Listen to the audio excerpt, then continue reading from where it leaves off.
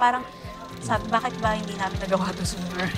Oo, mapapaisip ka, bakit nga ba hindi nagawa sooner? Pero like, everything that happened here, lahat ng benefits, is the perfect time. Right timing talaga siya. So, right timing talaga na nakita ko yung video ni Miss Ahi na right timing na nakuha namin yung visas namin through secure visa. Tapos, lahat ng benefits namin dito, talagang blessing. I should say, lahat talaga blessing. Hi, my name is Francis. Hi, ako si Lovely. At dahil sa Secure Visa, nandito na kami sa New Zealand. Nature. Yun lang talaga. Saka hindi ganun siya kalamig compare sa Canada. So compare naman sa Australia, nature. Wala talaga sa radar ko si New Zealand. Wala talaga siya. So usually, Canada, Australia, US. Yan. May European country pa nga. Tapos, nung nag-pandemic, dun ko nakilala si New Zealand. So, bakit? Yung response dati ng government towards COVID sa pandemic, ganun, ang ganda. Sobrang sikat ng New Zealand, no? Yes, that time parang gusto pa nilang kunin yung Prime Minister nung time na yun, di ba? Pero nung nakita ko yung, parang yun yung naging cue kung bakit New Zealand. Tapos, nag-research ako na nakita ko yung lifestyle nila, yung perks, benefits na nandito sa country. So, medyo dun ko na siya pinopose kay Francis. So, ikaw na nagsabi kay Francis. Ako talaga. Kasi, sabi naman ni Francis? Siyempre, siya yung principal, ako yung dependent. Pero since I'm the secretary, siya to yung boss. Ako na naglahat, gumawa ng proposal. So ako is OFW naman din ako from Saudi Arabia. So, working as a QA/QC sa isang construction company. So, yun ang background ko before coming here. Pero sa Pilipinas naman, may naging trabaho naman ako more related sa broadcast. Then the other one is IT. Then Saudi is construction. Ako sa Philippines, nag-start ako as a call center agent. Tapos, eventually, naka-move ako sa isang financial institution na based overseas. So, eventually, nag-grow ako doon. Tapos, naging real-time analyst ako prior to moving sa New Zealand. So, 1 year na ako ngayon dito sa New Zealand. And then siya is March 2023 din. Halos 1 month from the time na dumating siya. At magwa 1 year. Yes, magwa 1 year na rin. Yun yung kaya dalhin nga yung partner. Isa yun. And then, syempre, ma-advance din yung knowledge mo sa field. Isa rin yun. Yun nga, kasi since level 9 siya, nagkaroon ako ng partner na open work visa. So, at the same time, habang nag-study siya, may opportunity akong masupport yung living conditions namin dito. So, maganda yung benefits na nakuha namin based dun sa student visa pathway na in-offer sa amin ni Secure Visa. So, talagang paboro sa sitwasyon namin dalawa. Isa sa naging consideration ko is, mas mahaba yung post-study work kumpara dun sa ibang like yung postgraduate. So, mas mahaba siya. 3 years. So, siya talaga yung naging isa sa mga dahilan bakit yun ang kinuha namin. Sa Massey University ako nag-aral. And then now is nasubmit ko na like 2 weeks ago ata yung research paper ko. The final.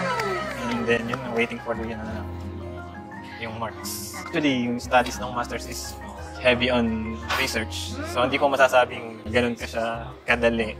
Pero rewarding naman siya pag natapos mo siya. Saka nagagawa mo yung mga assignments or lahat ng mga kailangan mong tapusin. Very rewarding. Tapos, kumpleto din naman yung mga lahat ng kailangan nyo.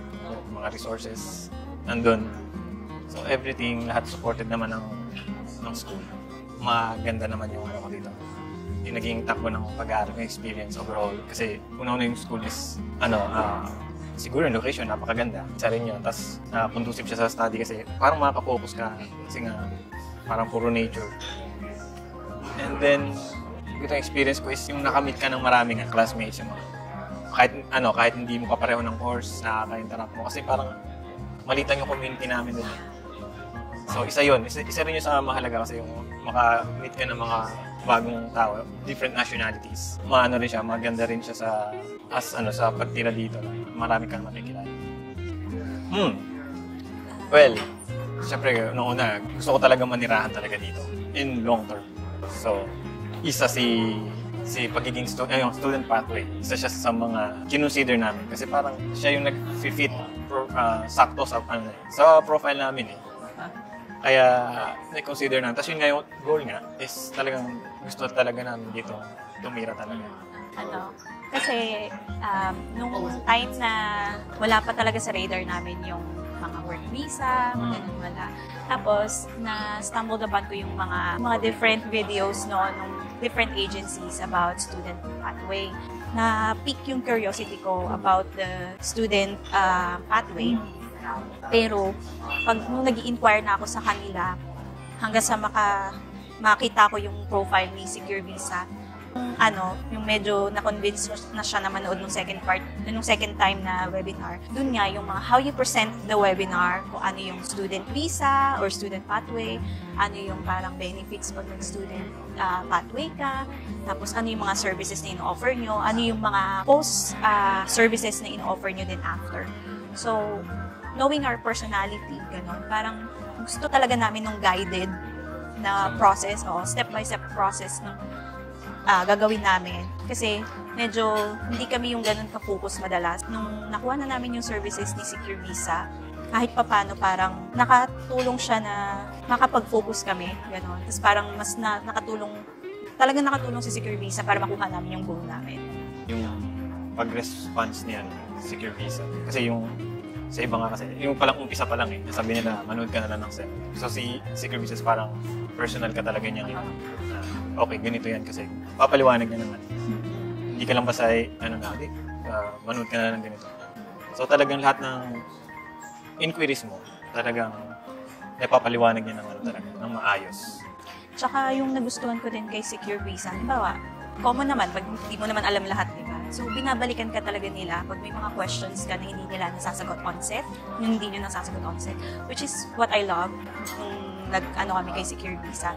Siyempre, may mga times na medyo nagkagulo kasi because of the transition, but anything aside from that, talagang nagustuhan talaga namin yung services. Very helpful talaga si Secure Visa kung ano yung next step na gagawin mo. It doesn't stop there na student ka na, nakuha mo na yung services na in-offer namin. It doesn't stop there.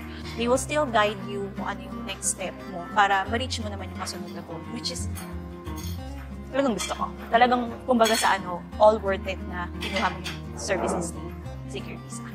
Ako masasabi ko, lahat naman, na-enjoy ko. Tapos parang yung weather niya is nasa tamang lang siya. Isa rin yun.